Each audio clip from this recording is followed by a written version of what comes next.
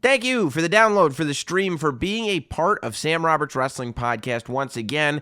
By now, I hope you subscribe. I hope you've left a review and a rating on iTunes. But if you haven't already, make sure that you're also keyed in to the premium feed, the premium version of Sam Roberts Wrestling Podcast, available only at Stitcher.com/notsam. Not only do you get a copy of this here Sam Roberts Wrestling Podcast each and every week, but completely ad-free, you will also get the exclusive captive audience show where me and a friend or family member that wouldn't usually watch WWE watches WWE, and I explain it to him. This week, it's not my wife with me, it's my buddy Troy Kwan. He's a DJ, he's in the band Black Caviar, he works with me at SiriusXM. He does not watch pro wrestling, but I've turned him into a Stone Cold fan, and to make him even more of a fan, I showed him Over the Edge 98. We watch it in real time, so you can watch along with us as I try to explain all the craziness that was going on, not only on this show, but the period of time surrounding it. I try to make sense of what you can't make sense of, and that is this world of professional wrestling. You can watch along. Watch it with a friend who hasn't watched before. I'll explain to him by explaining to Troy Kwan. All you need to do to hear the captive audience show and to have something to listen to as you watch Over the Edge 98 on the WWE Network is go to Stitcher.com/notsam. Sign up right now, and in the meantime, enjoy Sam Roberts Wrestling Podcast. Ladies and gentlemen, welcome to Sam Roberts Wrestling Podcast. Introducing your host from New York, here is Sam Roberts. Hey, thanks for spending some time with me. Thanks for allowing me to spend some time with you. Thank you for making Sam Roberts Wrestling Podcast even possible. My God. The things we're achieving, the things that we do each and every day. Welcome to the show. It's going to be a fun show. Thank you all for making last week a fun show. You know, these shows aren't fun on their own. If nobody's listening to them, it's a tree falling in the woods. Nobody is around to hear it. It doesn't make a sound. If nobody is there to listen to Sam Roberts Wrestling Podcast and have fun with it, then it's not a fun show. The fact is, you guys are the ones that make it a fun show each and every week, and you didn't disappoint me last week. We had Corey Graves on. So I had a couple of conversations with Corey Graves last week that are there for your downloadable consumption, streamable consumption. The first was released last week here on Sam Roberts Wrestling Podcast. He was a guest in the Not Sam studio. But a day after last week's podcast was released, I brought him into SiriusXM, where he was the guest co-host of Jim Norton and Sam Roberts, because Jim Norton wasn't in one day. So that show is available for SiriusXM subscribers. It's a whole 3-hour show. We don't really talk about wrestling for most of it. We talk about, current events, topics of the day, that kind of stuff. It's just a fun, hilarious morning radio show.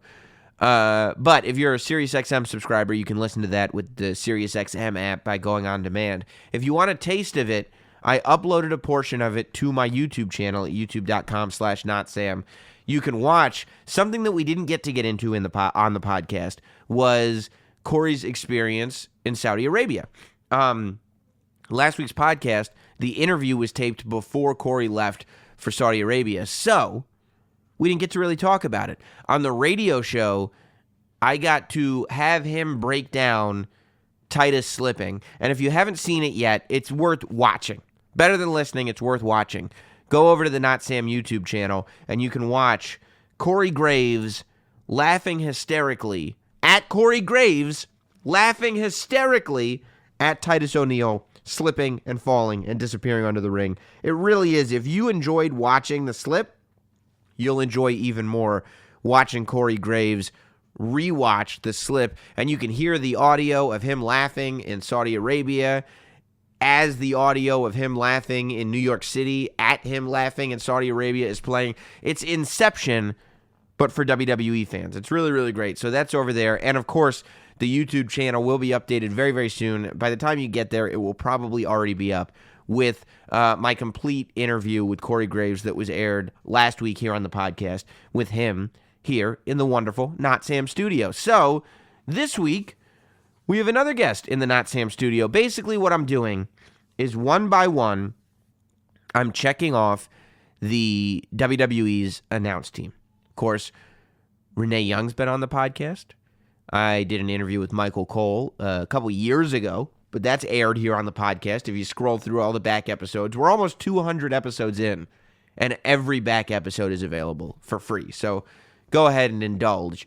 Of course, Corey Graves was on last week. This week, we have an interview, and I think I'm excited about it. I think it's very, very interesting because this is a guy that I've known for a little while, but you might not know outside of his role as SmackDown's lead commentator, play-by-play announcer, Mr. Tom Phillips. Tom told me that he's really only done one or two interviews here or there before this, and they've all been for print.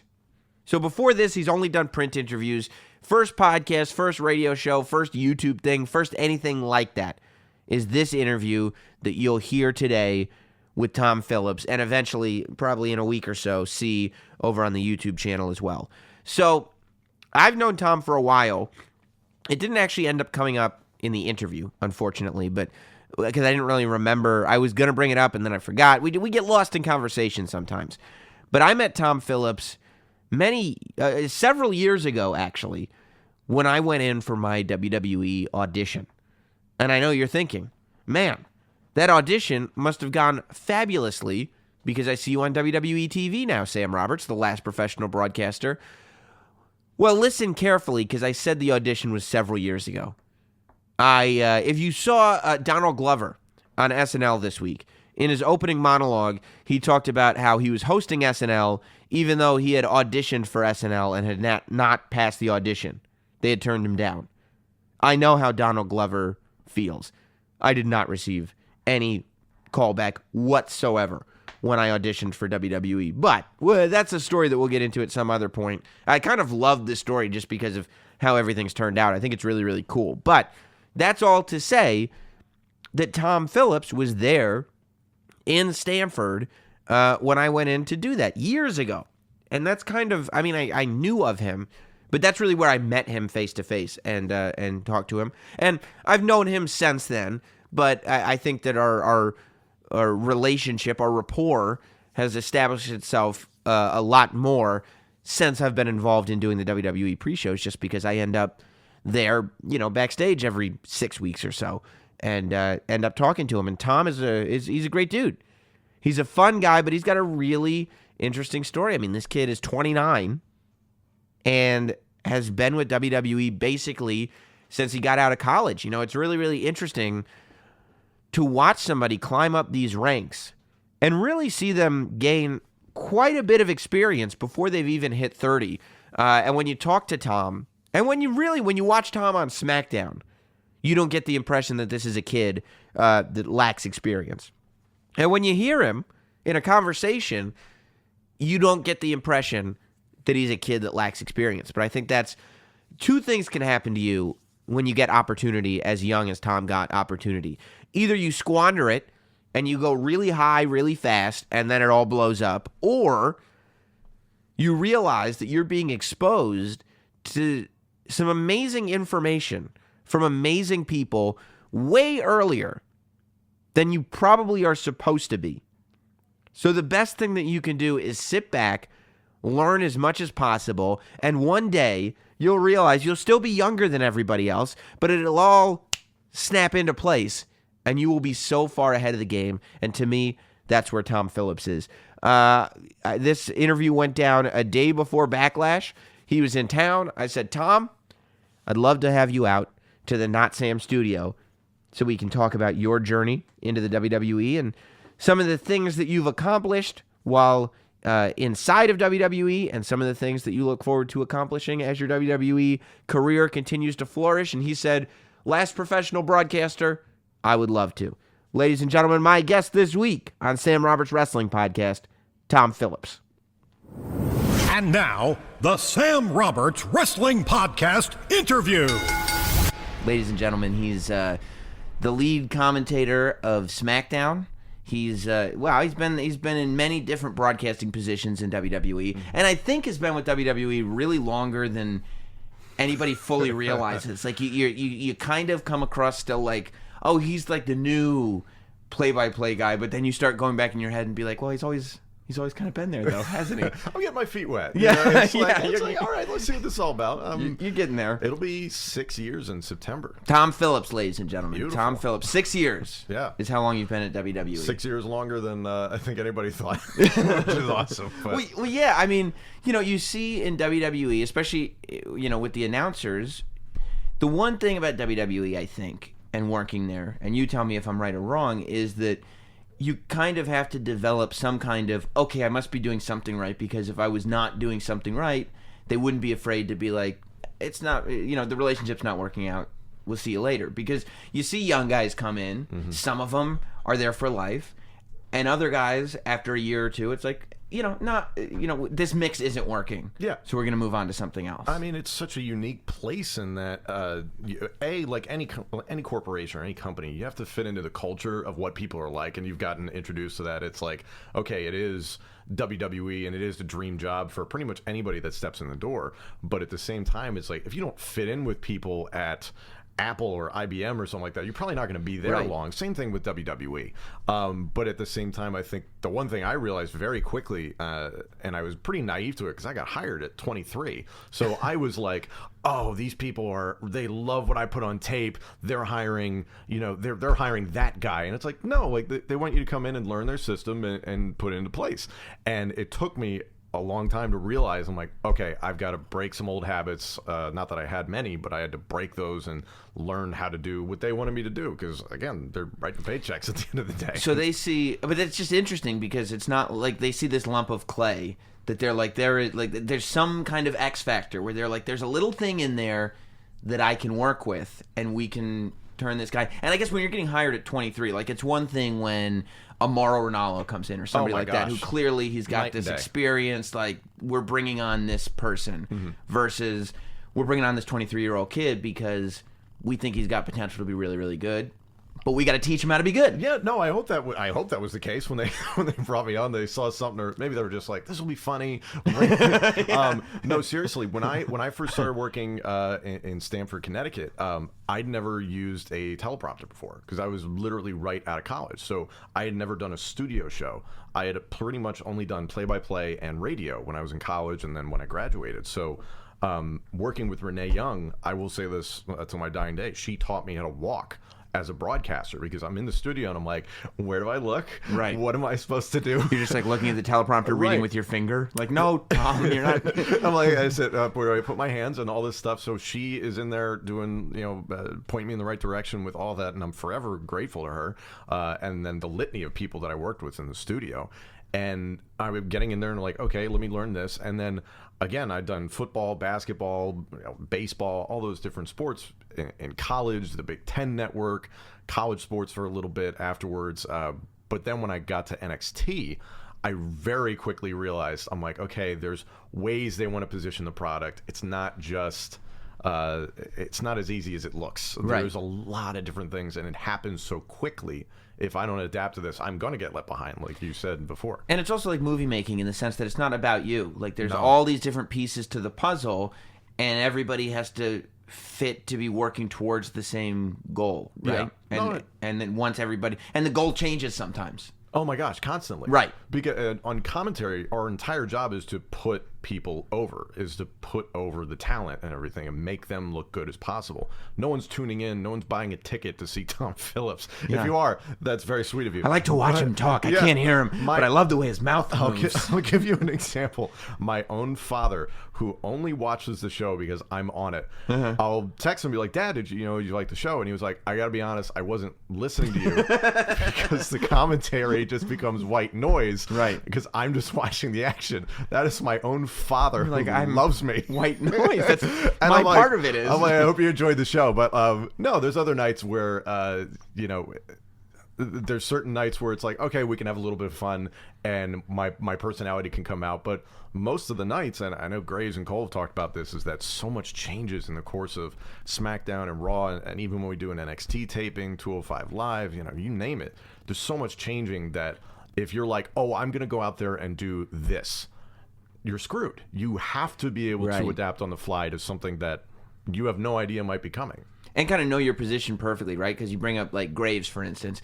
Graves is there to 100% interject personality. If you start going in and being like, oh, everybody thinks Graves is so funny, I'm going to be all personality too. And they're like, no, we don't need 2 Corey Graves. We need 1 Tom Phillips and 1 Corey Graves. Yes.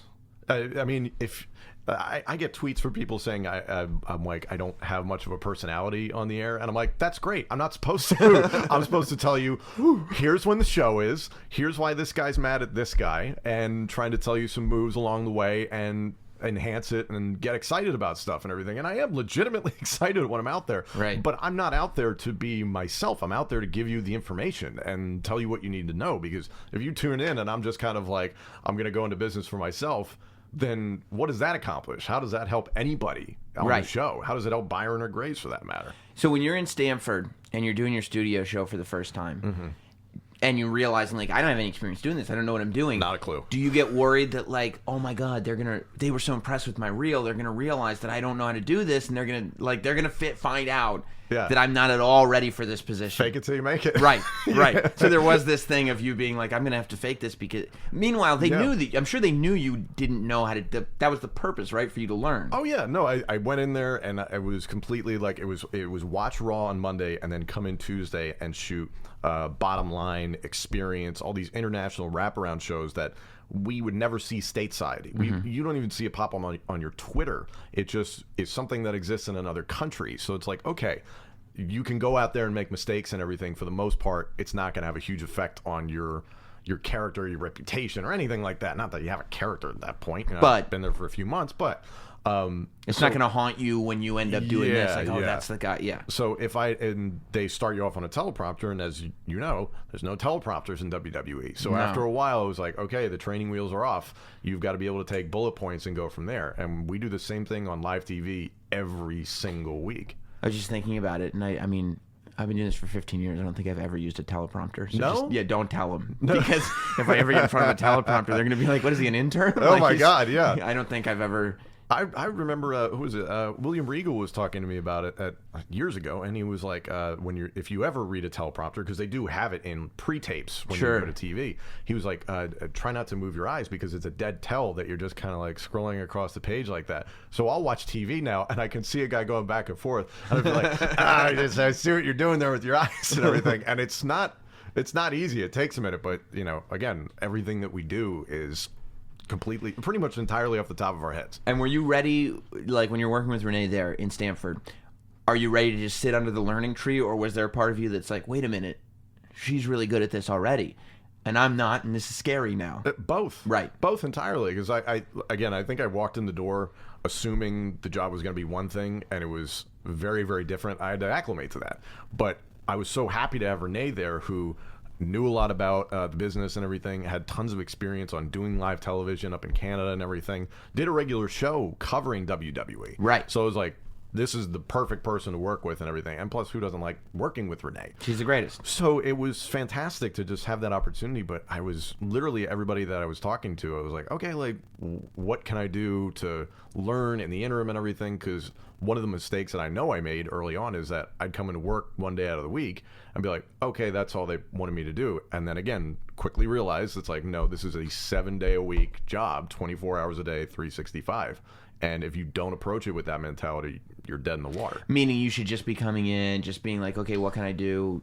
Type of stuff. And that's what I do in Orlando now, is pretty much any free time that I have where I'm not at TV is going in and watching tape, calling matches, anything that I can do to just see what I can tinker with. I'll watch something on TV that, like my wife will watch and be like, there's nothing wrong with that. And I'm like, nah, I hated that thing. So let me go back and work on it. And if you're just coming in to do one day of TV or something like that, and then you're like, okay, I'm just going to sail off into the sunset. I did my day. Yeah, it's like, all right, I'm going to put my foot up. I'm not going to watch any tape. I'm not going to do any notes. I'm not Can't believe they're paying me for one day a week. This is great. and that was my thought process when I first got hired. Right. And then again, cold hard reality is like, no, dude, you're 23. You've got a lot of work to do. I was like, okay. I love that though, because we've all been there. That like young ego side of us. Like, why would somebody hire you at 23 with zero experience Yeah. to work 2 days a week? Like, Yeah. why would you think that was what you were going to do? I was like, yeah, it's just, This is what it's like. this is the life. And it's like, no, you got a lot of work to do. And so you're watching all these news reports about college kids not being able to find jobs, and you're like, what's wrong with these kids? All you have to do is work 2 days a week. It's This easy. is really not that hard, but I think everybody's lucky in whatever field of broadcasting they get into. If they have the people around them, and if I didn't have Michael Cole being tough on me for years, just, hey, like, this was good, but like, here's 10 things you can improve on and everything, every single show. And it's specifics. Better. Yeah, because if people just massage your ego or something like that, how do you expect to really change? Right. So I have a litany of people that I'm grateful to. Yeah. So did you grow up a fan? I grew up, so it's a funny story. People will ask me about it, and that I played like the video games and stuff when I was a kid. My parents hated it. Right. Hated it because I'm 28. The heyday of it was you're old and I'm young. So it was still in that. No, I was gonna say because the Attitude Era, right? Yes. When it gets really, really bad, was for a kid to watch. Right. I was like 15 or so. Yes. And I remember my parents literally a couple years removed from the Attitude Era. My dad like told me, me and your mom had a conversation, and if you hadn't been watching for your entire life, like if this wasn't so attached to your identity, there's no way we would have let you watch that. There is no way. So I vividly remember I would sneak down. But thank God they did. Thank God they did. Yes. After my parents would go to bed, I'd sneak down in the basement. I put the volume on like 1 because that'll really mask it. And I'm watching Raw, just being like blown away by like the guys swinging chairs at each other. I grew up in Philadelphia, so ECW would pop on. I was about to say, because I knew you were a Philly guy, and when you said you'd sneak downstairs in the middle of the night, I can't believe you're watching Raw. Like, this is ECW. This is in the heyday, in the prime. Like, I remember, getting up at 1 a.m. and turning on the MSG network in New York so I could watch ECW on Saturday nights. No, it was a situation where I wasn't even like, I knew Monday Night Raw was obviously on Monday, but I wasn't like seeking out things on the TV guide. Right. I was just happy to have it when it came on. Right. So I would watch Raw, and again, people were just destroying each other. And now knowing what I know, now that I've worked here for a while, I'm like, oh, that was a really like crazy time in the business, and things have just changed so much. One of the big things that got me hooked was the Triangle Ladder match of the Hardy Boys, the Dudley Boys, Edge and Christian, and then understanding how awful that was for their bodies. Right. And then meeting all those guys and everything. I remember when Devon and Bubba first they did their retirement on Monday Night Raw, and then eventually now Hall of Famers. I went up to them. I was like, you guys are the reason, the 6 of you are the reason why I got into this, why I was excited about this. So like Edge and Christian and getting to meet the Hardy Boys, like it's those pinch yourself moments. Which is amazing that 4 out of the 6 of those guys ended up coming back. Yeah. And wrestling there while you were. Yeah. You got to call their matches. Yeah. Like Backlash is tomorrow. It's Hardy and Orton. Right. And I looked it up. It's the first time in 10 years they've done this. Yeah. 10 years. The first time in 10 years they've gone one-on-one. And I was like, this is awesome. I get to call Randy Orton versus Jeff Hardy. I'm like, yeah, this is awesome. So I may not have had tremendous exposure as a kid, just because it was not popular in my house. The video game was another thing to try and get away with. WWE No Mercy. Right. Right. Right. You've made that mistake before. Oh yeah, I have. Yeah. WWE. The only thing that saved me from my WWF mistake was when I just completely just shit all over myself at WrestleMania. That was the only thing. Wait. So what happened there? I didn't see that. And I'm not trying to trudge up anything bad. It was so yesterday on Sirius. Corey Graves was there as my guest co-host because Norton was out, and we were watching the Titus Flub, and my great amazing staff went, "Hey Sam, there's actually one other WWE flub that I don't think Graves has seen that we should probably play for him." And I went, "Oh, you son of a bitches! You're all fired. Oh, I just hate all of you." And I mean, so what happened? Well, I started okay, doing a crowd shot, right. Middle of the shot, there was a miscommunication. I was not prepared for the miscommunication. Okay. And I just said the word action. And then I tried to put it into a sentence, but it was the least organic thing you've ever seen in your life. And then I ended again with the word action. And then I stared at the camera as it stayed on me for a solid 4 to 5 seconds, waiting for ringside to pick it up. I mean, it was bad. It was really bad. I missed it. I forget where I was backstage, but I'm not. You can ask Mike Mansouri about it, and he will tell you. I mean, horrible. I will go back in the 9 hours of WrestleMania footage and pull it up. Yeah. Jim Cornette was on his podcast and said, and I don't know, that was the last we saw of Sam Roberts. He must have gone and died of embarrassment or something. I was like, that's not too far from the truth. You know it's bad too when like you want to like say like, you know what, that was probably just bad for me. And I walk back to like the kickoff show set, and as soon as they're done with the live, Rene leans over from where she's at, takes her earpiece out, and goes, "What happened?" And I went, "Oh, everybody knows." I miss it, and I'm guilty of a million screw-ups on the air. So we've all been there. So the video game, yes, that was the one thing that I could do till I was blue in the face. And you had, and No Mercy was the game. No Mercy was the game. I had WCW versus NWO, but I pretty much played No Mercy. Same game engine, but No Mercy had all the WWE guys. Right, exactly. And you and I have talked about this, and that there's people who've grown up where even during the Monday Night Wars, it was like Coke and Pepsi. I'm only watching WWE. Right. Like you were the guy who would go to a restaurant and go like, "I'll have a Coke," and then he goes, "Pepsi okay?" And you go, "Actually, it's not. I'll have water." It's not okay. Water. I'm Thanks. an alien. It is not all right. Yeah. So I pretty much only watched WWE and then No Mercy. So I remember trying to convince my mom because I forget what the rating was on the game, but I couldn't just go buy it. So she was like, I rented the video game and I did Kurt Angle versus Steve Austin. I thought like the patriotic colors would make her happy.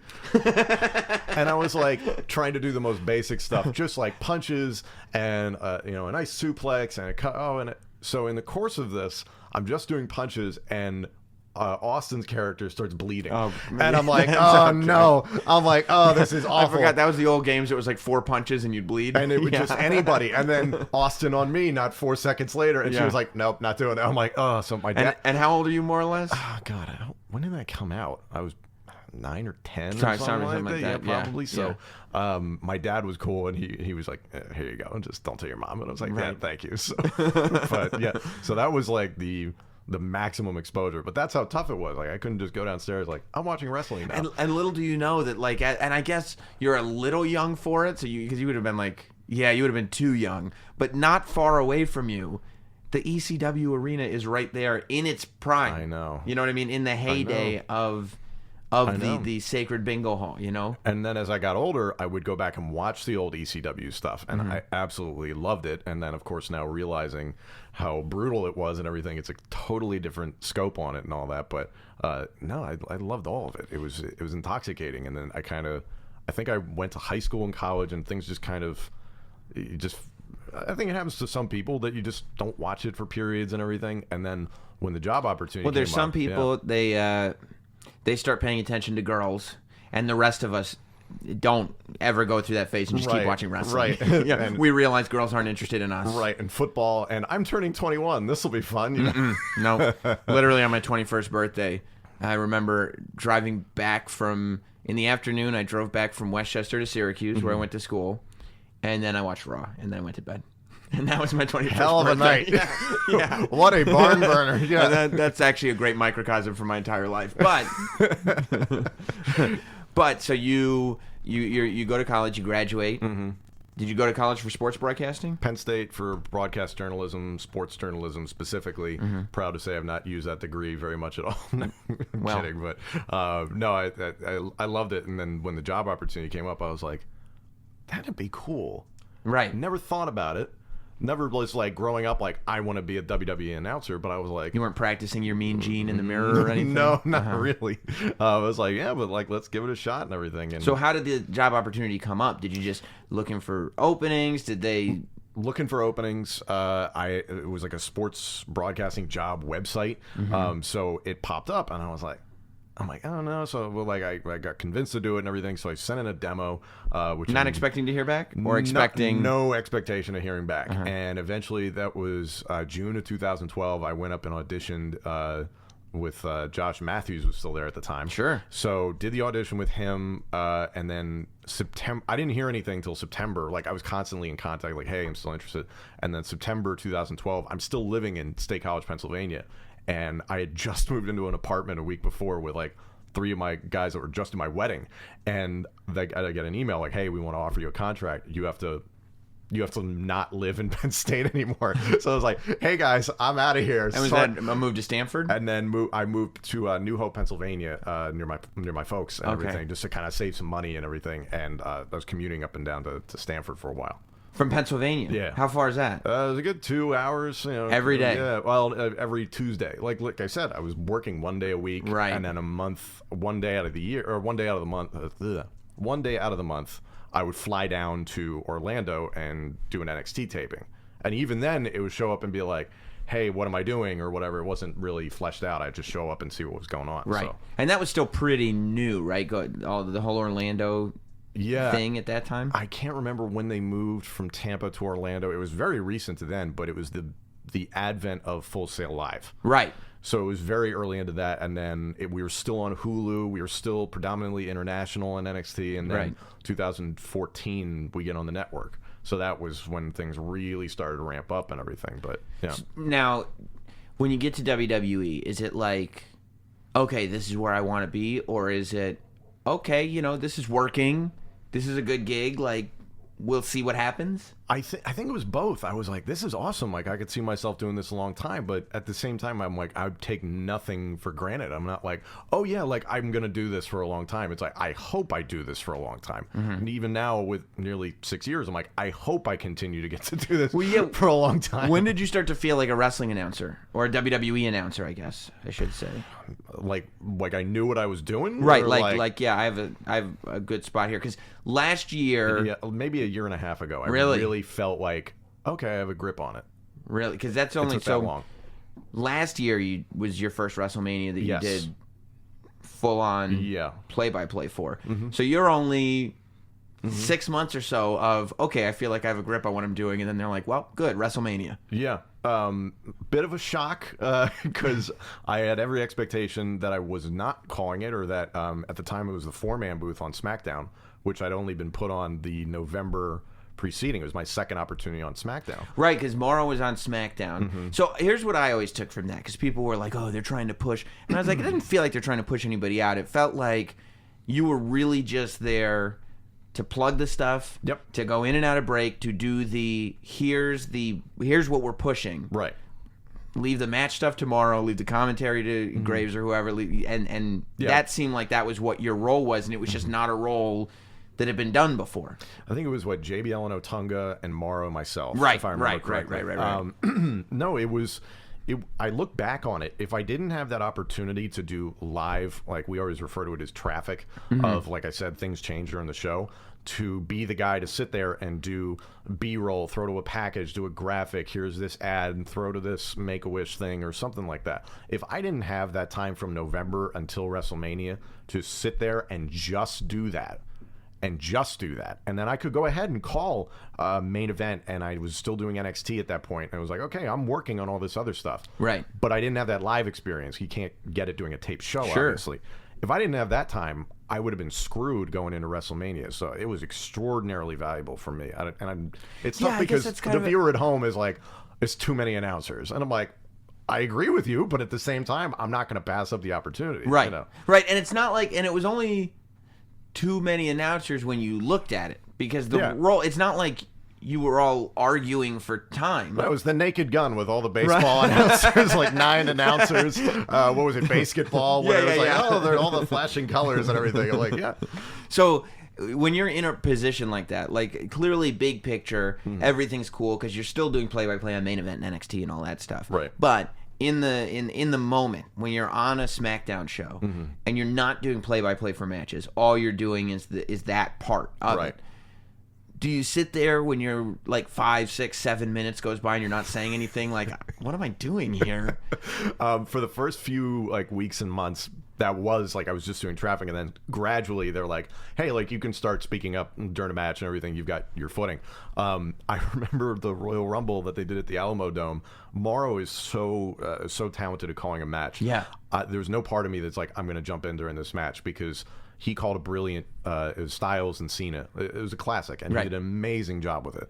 I'm sitting there, the fourth man at the SmackDown desk, just watching this. Right. And I have a bird's eye view. You remember how long that ramp was. And I'm just staring down this ramp as Cena makes his entrance and he's sprinting down. And it's just this, you go from, during the day at the stadium when nobody's in there and it's just a ghost town. And then when it's all, it just is, that's all I'm thinking about is the contrast. And then I'm sitting there during the match and I'm enthralled by the match. I'm watching it. And occasionally I'm looking up in the Alamo Dome at the people like in the speck in the corner. I'm like, blown away, and that was 52,000 people. Yeah, we had 100,000 in Dallas and everything, and you just feel like an ant. So little moments like that where I had chances to drink it all in. Yeah. I was just thinking that you really don't generally in that position get that perspective because you're just going the entire time and like, okay, we're doing this. I got to tell this story, that story, this story, that story. This is going on. This is going on. As opposed to like, okay, I did my part. Like, look at all these people. Look at this is a great seat for a wrestling show. Like, this is awesome. That guy's committed up there. We will get right back to the interview, and Tom won't mind me interrupting because Tom wants you to see him live. As much as it's great to hear Tom, you got to watch him as he does his thing, and the only way to do that is to go to see SmackDown Live or to go to a WWE pay-per-view. You're sitting there and you're going, Sam, it's a lot easier for you to go to these shows than it is for me. And I'm telling you that is simply not true because of my friends at SeatGeek. Wait till I tell you about this SeatGeek. So you want to go see a WWE show, you want to go see any wrestling show, Ring of Honor, whatever you want to do. You want to go to a concert. You want to see Jay-Z and Beyonce run this town, whatever you want to do. You want to, what do you want to go to? A Broadway show. You want to go to a comedy show. You want to go to any sporting event, football, baseball, whatever you want to do. I can hook it up by giving you this advice. Use SeatGeek. All you need to do is download the SeatGeek app. Yes, download the SeatGeek app on your phone, and you'll see it's as easy as pie. You put in a search term. You can search your area, whatever you want to do. It's going to show you a seating chart where all the seats that are available are right there. And not only will you see where the seats are, you'll see what the value of those seats are. Meaning, if you want to see really close, you want to be right up front, and it doesn't matter what you're paying, you can see right where you are, you can get the exact position. If what you're really concentrating on is getting the best possible deal, all the seats are coded by color based on value, so you can know that you're getting the best deal. So if you want to sit in that arena, watch whatever it is that you're going to watch, wrestling, football, whatever, and go like, you know what? You want the satisfaction while you're sitting there of knowing that you got a better deal than anybody else. We can do that for you too. All you need to do is use SeatGeek. They're guaranteed 100% of the time. You're not going to be embarrassed. You go with your friends. No fake tickets. Always real every single time. SeatGeek makes it easy, and I can make it even easier for you. How's that? By giving you, Sam Roberts Wrestling Podcast listeners, $20 off your first purchase. Yes, all you need to do is download that SeatGeek app and enter promo code SAM today. That's promo code SAM in the SeatGeek app. You'll get $20 off your first SeatGeek purchase, and you'll see Tom Phillips in the flesh. And when you see him, let him know you got the tickets from SeatGeek and you used promo code SAM. From the last professional broadcaster, back to Tom Phillips. There's only been like a handful of times, I think it was probably for most guys, is you can sit there and just kind of really soak in what you're seeing. I remember Shinsuke and Sammy take over Dallas because people were so jacked up about Shinsuke. Graves is punching me in the arm during Shin's entrance because he's so excited. And I had only seen, like what I'd watched on the internet and everything, and I'd not even got to talk to Shinsuke that day. But we were all just blown away by the crowd reaction. We barely spoke for 60% of the match because they were so just going bonkers. Yeah, the fans are telling the story at that point, right? Oh, God. And then when Shane and Owens did Hell in a Cell, I'm sitting there, I'm like, one of these guys, they're on top of the cell. I'm like, somebody's going to get really badly hurt. Yeah. So me as an announcer is out the window. It's just Tom sitting there being like, I hope these guys are okay at the end of this. And when Shane comes off, that is the most like genuine reaction I could give. I just remember screaming, oh my God, because I was like, what else do you say? A man just launched himself off of a cell. Yeah. It was craziness. When you start, I'm assuming the criticism, there's a lot more of it when you're new than like now, for instance, because you kind of know what you're doing. When you're starting, it's like all criticism because you have to learn. Are you a guy who can accept that criticism easily, or did you have to kind of condition yourself to be okay with it? At first, I was horrible at it. Oh, horrible. Because, again, I came in and I was like, oh, yeah, I'm going to be pretty good at this. And I very quickly realized from both, people on the internet or something like that, or even internally. They would let you know on the internet? Yeah. Really, they're good for that. Shocking that happens. I was going to say, I was like, criticism from the internet? Yeah, that's constant. That never stops. But no, like from the beginning, it was continuous. And now it's more finite things. Like, I could have said this one word differently in this paragraph that I spoke, and that would have changed the entire complexion of it, as opposed to, okay, like, you got the date wrong and the title wrong. Like, that's not the guy's name. Or, like, huge mistakes to smaller mistakes that add up. Right. So I'd rather have those, but those are the challenge now where I'm sitting there and I'm kicking myself over a handful of words, as opposed to, it's like, God, that segment was just awful. And even that'll still happen. It happens to all of us. Right. But it is interesting that you evolve to the point where, like, you're driving yourself crazy over one word when the rest of the show was great. Right. And again, I know you'll probably talk to your wife and she'll be like, oh, how'd it go? And you're like, it's like, I didn't like this, something like that. My wife would be like, I have no idea what you're talking about. I'm like, great, that's good. But do you still watch it back so that you can learn? Yeah, every week. Yeah. I hate it. Yeah, I have a real tough time with that. I was going to say, your shows are quite lengthy. Not that mine aren't. But, I don't listen back. You don't want to listen back? I can't. Was there a point for you where you're like, I'm good, I don't need to listen back to these anymore? I did. I used to listen and watch a lot more stuff. Mm-hmm. But now it's not that I don't have anything to learn. It's just that... you don't have the time. I don't have the time, but I also get so hypercritical of everything that, like, now it's way worse than it's ever been. Right. And I just, for some reason, in the beginning, I could criticize myself in a good way and, like, just change things and tweak things. And I still do that. Like, if I read a criticism about me and it's true, I can acknowledge that and tweak it and change it. But if I listen back to something that I'm doing or watch back something that I'm doing, like, I will just be in this funk of, I have no business doing any of this. I'm terrible at everything. You're just in the basement eating ice cream. Exactly. Like, I won't even want to turn these cameras on because I'm like, even if I'm unfit to host a show in my own basement. I wouldn't even pay myself to be there. This is insane. Why would anybody pay attention to this? Oh, God. So that's why it gets tough. But you have to be a perfectionist. You have to be OCD. To an extent and everything. And what do you have, other than, like, I would imagine that your favorite thing is whatever you're doing right now, but other than what you're doing right now, other than your SmackDown team that you have right now, going back, do you have a favorite job? Because, you did everything. I remember at one point you were the app guy. After Josh. Josh Matthews was the app guy, and then you were the app guy. I forgot about the app. Yeah, it was Brian Pellegato. You met him from our .com team. Yeah. We were at the Hall of Fame this past year, and they had the big tarp set up, just the logo over and over again. And he was like, oh, God, this is like the app set all over again. I was like, God. Like, we had Titus on like 1 billion times a night. I had the very long-running story with Alicia Fox where on the app she was hunting me down. I still get tweets about that. We're not even on the same brand. And that was an app-exclusive storyline, correct? Yes. It never made it on TV. Right. We paid it off even on the last edition of the app. It was amazing. And then we just never did it again. Right. So doing that stuff was great because, again, it's just you have 60 seconds to 90 seconds. Here's a mic. Make this entertaining. You have to get across this bullet point or something like that, which is what we do most segments. So, again, all just like mental reps. Yeah, it all kind of, all this stuff that you don't even know as you're doing it goes into this pot of like, oh, this thing that I kind of learned how to do when I was the app.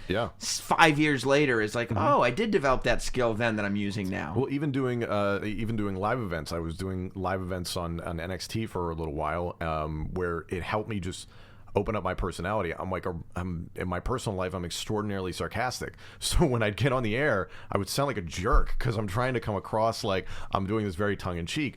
But after several years of doing it, I'm like, okay, now I can make this blatantly obvious that I'm screwing with Graves or that I'm screwing with Byron or something like that. Unless I just outright scream at Byron or something like that, or whatever. Shut up, Graves. I've only done that like once. Shut up. I only did it once because I think it was the end of Mania week. And I was just like, shut up. We're almost done the show. Just shut up. Yeah, because Graves is just getting cranky and annoyed, so he's like taking shots at everybody. God. And you're going, shut up. Because like the gauntlet that he ran WrestleMania weekend, which Michael Cole had done for years, and JBL and King as well. So many guys have done it and everything, but I don't blame them one iota for being the end of Raw, you're running out of gas, or the end of SmackDown, you're running out of gas. And it's like, yeah, that's why you have 3 guys at the desk. But every once in a while, I'll just get something from. We were in Rhode Island not long ago, and I was teeing up a question of Byron, and I was like, AJ was going into, I forget what pay-per-view it was. There's too many of them. There's a lot of them. But I was like, oh, Byron, like what state of mind or what state is AJ Styles in tonight? And then here comes Graves with, he's from Rhode Island, Phillips. And I just collapsed into the desk. I'm like, I give up. I can't do this. I can't do it. And it was perfect. And I was like, yep, I can't hate on that. It's wonderful. But other than with all the jobs that you've done, from starting with International and then going and then the app and NXT and main event and being the backstage interviewer and being the color comment, the play-by-play guy, is there a favorite thing that you've done? Is there a favorite commentary team that you were a part of? Is there a favorite thing that when you look back on now and go like, yeah, that was really fun? I far and away doing NXT with Graves, doing a 2-man booth, getting the trust from Hunter and Triple H and Mike Mansouri to do a 2-man booth and everyone else. That was incredibly humbling. Yeah. And then I thought we just had fun. Graves and I got to have a really good rapport, and we still do today, and I love working with the guy. When we did take over Dallas, I mentioned it before, Shin and Sammy was one of the favorite nights of my career. I'll never forget about that. But that doesn't mean, like everybody else I've worked with, if I didn't work with JBL, somebody to be tough on me and to give me flack not only on the air but off the air about stuff I was doing wrong, and really challenge me, I'd never be where I am today. Do you think JBL gets an unfair amount of criticism on the internet for the amount of flack, as you said, that he gives people? 1,000%, because and again, I don't think you learn anything from somebody just being like, oh, great job, see you next week, something like that. Another fun week. Yeah. Like, okay, cool. If he's not, the adage we use is like, if you ask a stupid question, expect a stupid answer. So if I'm just like, oh, well, what's he got to do to win this? Like, he's probably got to pin the guy. It's like, okay.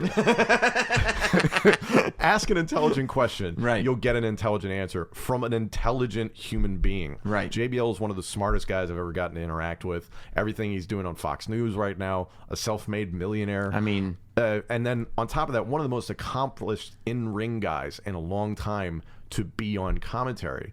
I will say this for a long time. If JBL doesn't do what he did as the heel commentator with the big Daniel Bryan storyline, the arc of that storyline, just every single time he was down, just sticking the dagger in, it's a little thing that adds to it. Yeah. It's a huge thing that adds to it, because it's just that like guy who's just chirping, and then eventually when Daniel wins, you're so happy to see him shut up.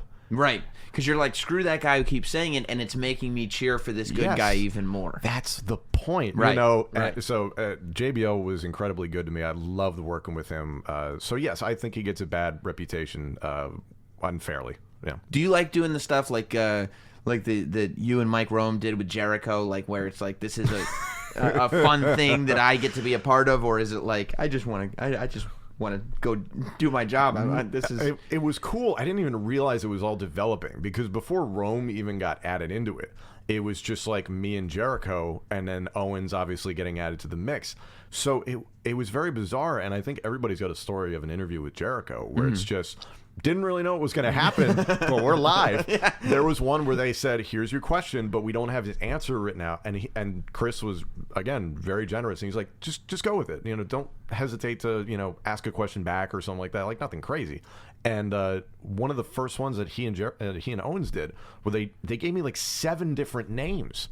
I didn't even realize it because I'm just, you're live and you're just trying to get the mic back and forth, and they're going really complex, not just 3-word names like Tom, Tim, Terry and everything, other T names. They're going Nathaniel, Rupert, Robert, Felipe, and I'm like, and it wasn't until afterward I'm like, what the hell just happened? Right, right. So that was so much fun. I remember, what was it? It might have been Survivor Series in Toronto a couple of years ago.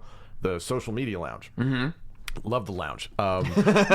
It was normally a 2 to 3 minute segment. When we did that with Owens and Jericho, it was slated for 8.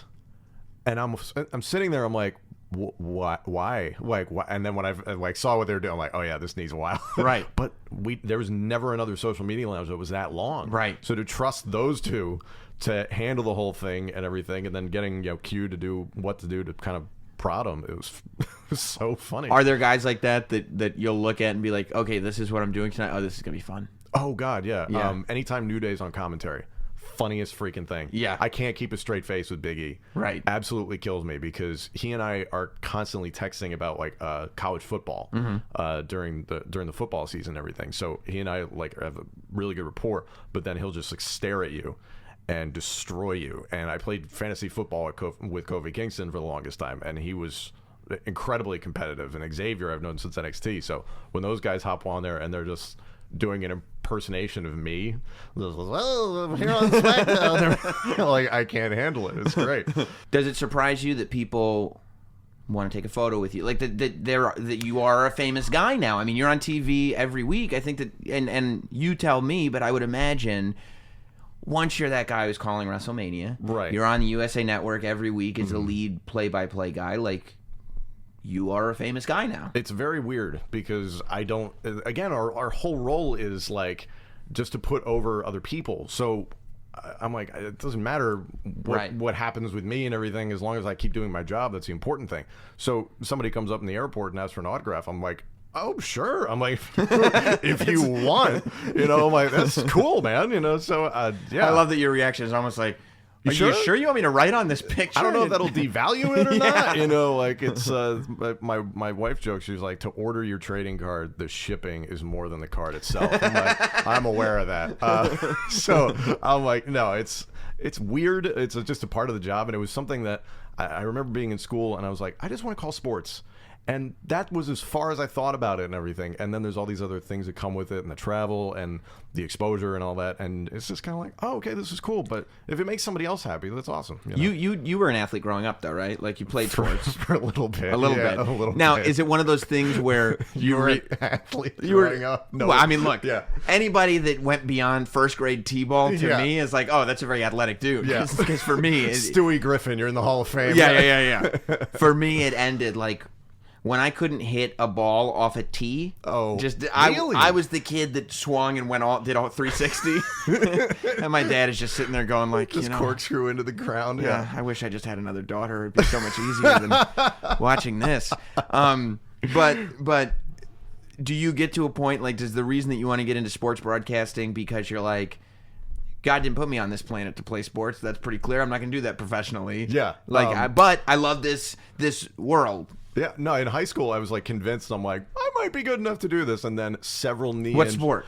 Football. So you thought maybe I'll be in the NFL. Well, when I see you, because when I see you, I think, why isn't this guy in the NFL? Why isn't this guy like a towel boy in the NFL? No, H2O. No, I like, again, I think it's just the hubris of teenagers. I was like, I can run pretty fast, and I was playing wide receiver. I was like, I can catch and all that stuff. I was like, that's pretty much all you have to do, right? And then I got hurt a lot. You did? I have a big scar on my knee here for wow. MCL surgery I had when I was 18. And I had a variety of concussions, actually. So they were like, yeah, one more. From high school sports? From high school, yeah. Some rough concussions, and they were like, so your parents wouldn't let you watch wrestling, but they'd let you do stuff that got yourself concussed. Yep. Good, cool. No, cool. and they cool. were like, yeah, go for it. But no, like, I was at an early enough age that are like, if you have another one, you should not even you shouldn't play contact sports, period, or something like that, which was an incredibly intelligent thing to do, considering that was now 10 years ago. That was before we knew any of this stuff. So I was like, great, yeah, you don't have to, ask me twice. So once I realized, I'm like, yeah, you're made of glass. I was like, I love football. I love basketball and baseball and stuff like that. And then WWE was an opportunity that came up, and I was like, I do have a real passion for that. Right. And I wanted to stay close to where the action was. So next time you're at an NXT show, though, and Pat McAfee's there, you should show him your scar on your knee. And I'm like, yeah, same thing, dude. God, same exact thing. I loved Pat McAfee. Wasn't he great? Oh, and now I watch all this stuff that he puts up on online and everything, and it's an amazing existence that this man leaves. Yeah. His story about when he got drafted.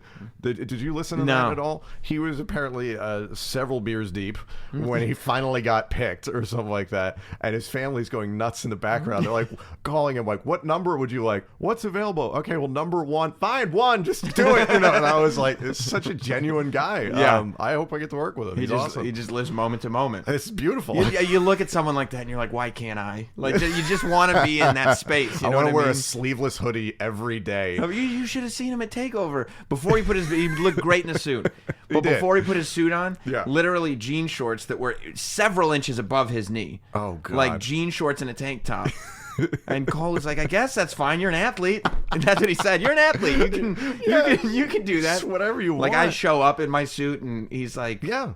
And I told him, I was like, I show up in a suit, because he asked. And then he's wearing like slip-ons and like short shorts, and I'm like, good for you, Pat. Do you remember what was it, like Harry Doyle when he's in the beater and he's drunk on Jack Daniels and he's just face down, and I'm like, yeah, that's about what I expect Pat McAfee's life is like, maybe a little more sober and everything. And then who doesn't want to call anything in broadcasting like Harry Doyle, right? Or like Bob Uecker. I'm like, oh my God, anytime we're in Cleveland, it's like, how many major league jokes can I get in? Yeah. It's just So is there what do you're 29, still like super young in the game, but you got all this experience under your belt. Like, are you at a place where you look forward, or do you just move day to day? Are there goals? Are there things that you haven't done that you want to do? It is crazy, to your point. And I don't think about that often. It's just kind of like, let's go to work and take care of what we got to do and let's execute. But I think having now called 2 WrestleManias, I don't think there's part of me that ever thought I'd call 1. Mm-hmm. So I'm incredibly You just thought humbled. you wouldn't be that guy. I just don't.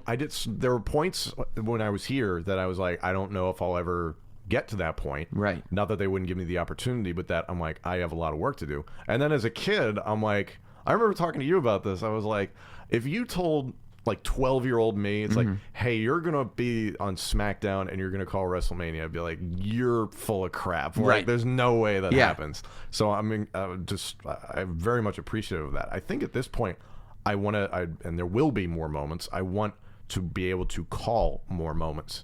And I see. That's actually great. Yeah. And I don't know how to really articulate that, but I think like I said, Shane coming off the cell, Shinsuke and Sammy in Dallas and everything, and there's been a ton of them in between.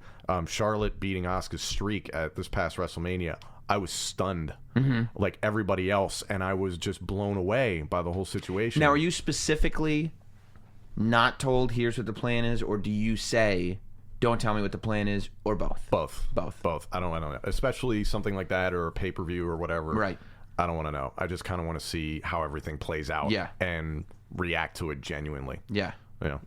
I mean, that's the best, and it actually makes sense. That's probably the healthiest attitude to have in the position that you're in, to just want to be there, to be a part of as many of those moments as humanly possible, just because they're amazing. Like Cole's got the Mick Foley championship win and everything, and so many others in between of those incredible calls that he have, the heist of the century and everything.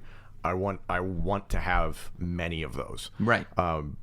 I want to get to Raw at some point. I don't think Michael Cole asked me when I first started working here. He's like, "Did you come here for this seat?" I was like, "Yeah." Who didn't? So the couple of opportunities I had to call Raw were incredibly surreal to hear the words, "This welcome to Monday Night Raw" out of my mouth. Right. I'm like, wow, that's incredible. And the same thing when I first started on SmackDown, I was just blown away. So now it's, okay, what do I have to do to get better, to get an opportunity on Raw more often, or to eventually do that? More moments, more WrestleManias. It's just getting better. But is there part of you, because Cole's been your mentor for so long, that goes like, yeah, I want your seat, but please don't go? No, seriously, people will say what they will, because I think of Cole's on-screen character and that he was following up JR. They're not appreciative of him. Yeah, he is a machine. Watch what he does every Monday night. It's incredible. Yeah, I've done one interview with him. I'm gonna get him in here again. You think he would come here? I'm gonna try. I think so. Can you get The Rock in here? Well, I have some bait for him. You have bait for The Rock? yeah. I think I'm. You have bait for The Rock. Okay. I think I've got some bait for him. How are you going to bait Michael Cole to come to your basement? Well, I think I'm just going to ask him real nice and over the course of and they've got to be maybe over SummerSlam weekend, when I know he's in town for a series of days. He's not leaving his house, right? But if he is stuck in New York for a series of days, you're gonna be Michael Scott cornering Jim and Pam for dinner. Hey, what are you doing because it's only Thursday. I know you're here till because during the day you're not doing anything. Guess I'm not. But I did one interview with him, I think around WrestleMania 29. Okay. And I would suggest that people watch that interview with him, because you kind of get more of an idea of who he is as a dude. Mm-hmm. And I don't think you can watch that interview without realizing he is a good dude. Yes. He's a great guy. He's a fun guy. And it is amazing that more people don't realize, I guess that, but also what you said, that look at his body of work. You know what I mean? Look at what a machine this guy is in terms of doing what he does. It's not, and maybe because I think part of it is, and this goes back to being in radio and stuff, and broadcasting in general. Mm-hmm. Everybody can talk. Not everybody can sing. Not everybody can run. Not every talking for a living is not this talent that people are looking at going oh, if only I could talk, And so I think a lot of it gets taken for granted. Yes, because people go yeah, I could talk too. Yeah. Welcome to Monday Night Raw. Yeah. I did it. My brother says that all the time. They're like, I can do what you do. Good. Love you. Yeah. You should try that. Yeah. But I think it is really interesting that more people don't get that. Well, listen, Tom, we've gotten to a lot. It's got very intimate all of a sudden. We've gotten to a lot. We've uncovered a lot. And I feel like there's not that much out there that is showing the personality of Tom Phillips. No, I just kind of play things close to the. I just like to be in my house and just kind of watch Family Guy. And why do you think I put the studio here? Yeah, I was gonna say this is great. Just do my thing. I love to show up on Tuesdays, and we got Backlash tomorrow. That'll be fun. So it's just. What are you into outside of wrestling? You like Family Guy? Family Guy, for sure. I'm obsessed right now with the Dan Le Batard show on ESPN. Sure, I don't know okay. If you watch that, because you turn on ESPN and it's just so deadly serious about sports. It's they have to make a decision on LeBron, and then they'll go on there and just be completely ridiculous. Yeah. And I'm like, yeah, that's how I look at sports. It's awesome. I am a huge football fan. Went to Penn State. My Philadelphia Eagles are Super Bowl champions, so that's fun. You love horse racing? Horse racing. I've heard. Yeah. So okay, let's talk about this, because I was told. Yeah. We're recording this the Saturday before you hear it. Kentucky Derby is today. Yes. And I was told that there was some regret from you, because you were like, oh, I didn't realize I told Sam I would do that on the same day as the Derby. I got to watch the Derby. Oh, so it got twisted. And somebody told me that they said to you, what Derby? What are you talking about? And you were like, Kentucky Derby, duh. So it got twisted in that I was not appointment viewing. Oh, damn, I have to do Sam's podcast. That's what I heard, that you were like, where am I going to watch the Derby if I have to go do Sam's thing? So thing? it got twisted. I don't know. I wasn't there. Simply, oh, the Derby's on. What other derby am I referring to? Demolition It's Derby. only been Demolition Derby. It's only been going on for 144 years.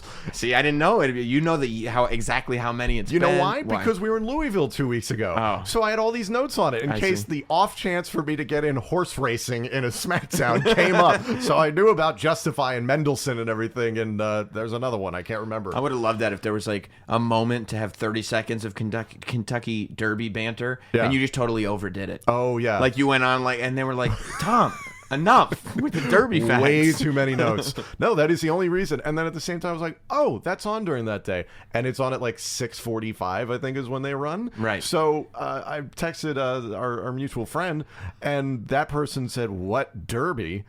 To which I was like, it was Corey Graves. It was Corey Graves. It was like, you Western Pennsylvania bumpkin. Like, you have no idea what I'm talking about. I'm not like every year at home with a mint julep and a big hat watching the Derby. It seemed like you wore big hats It's when an I heard American the story. institution. Like, didn't Tom Brady go with Robert Kraft to that and then a Mayweather fight in Vegas on the same day? I guess. I don't know what Tom Brady does with his time. Apparently wears short shorts and gives non-answers on Patriots questions. I don't know.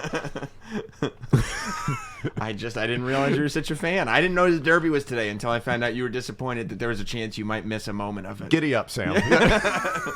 Well, thank you, Tom Phillips. Where do you want to tell people where to follow you on Twitter and all that? At Tom Phillips WWE on Instagram. I did at TV's Tom as a joke, so that was fun.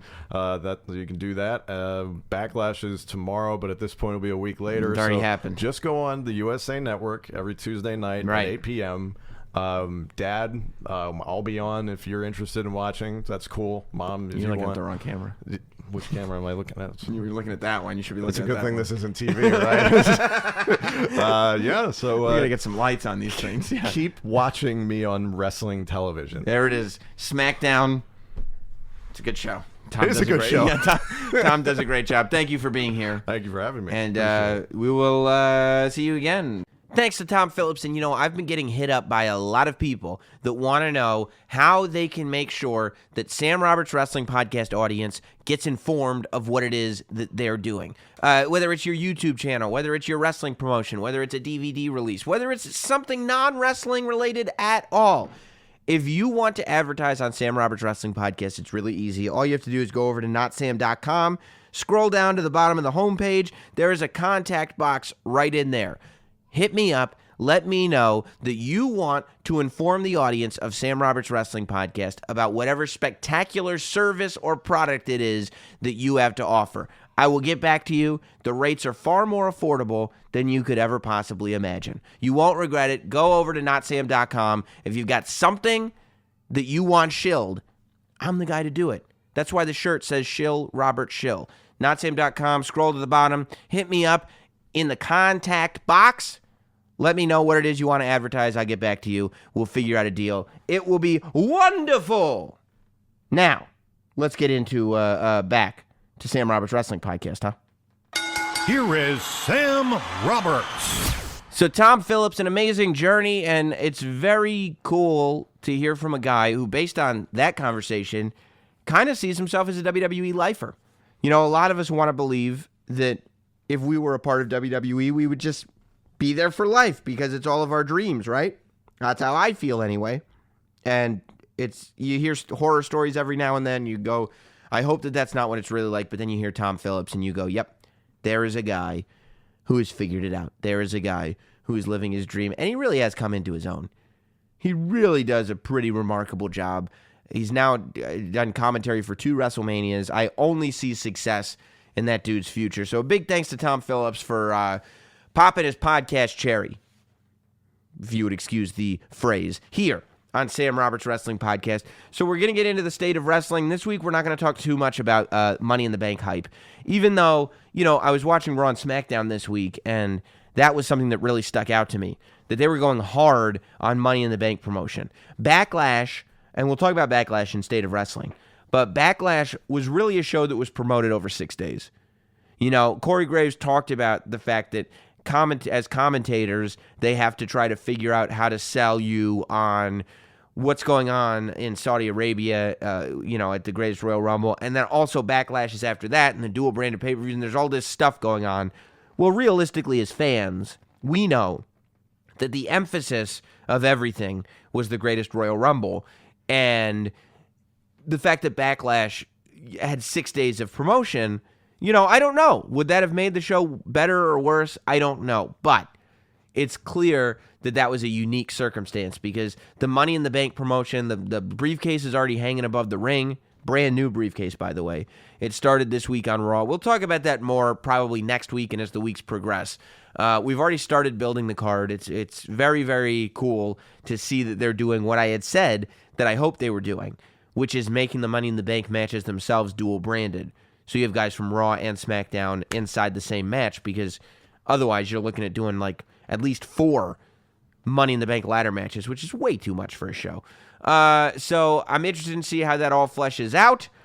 We'll talk about it more next week and as the weeks progress because we already have a top 5 that I want to get into. I've got my list of top 5 stories of the week that I think require analysis in the state of wrestling.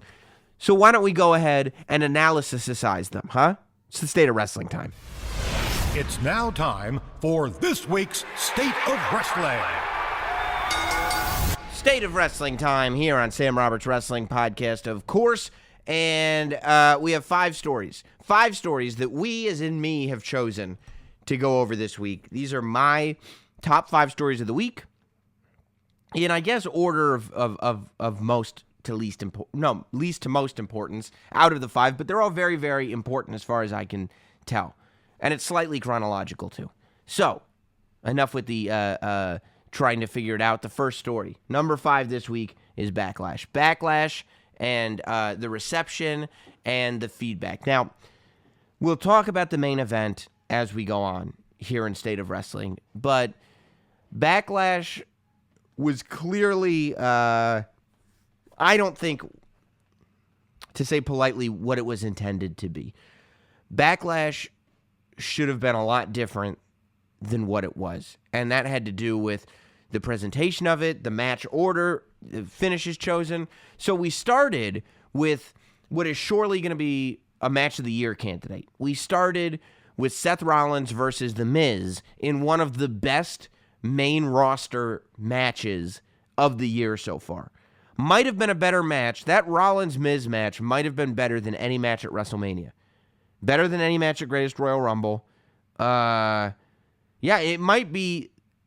It's definitely one of the best main roster pay-per-view matches of the last year. Those two showed up. They told a story, and it was one of those rare times when both Seth Rollins and The Miz were better off coming out of that thing.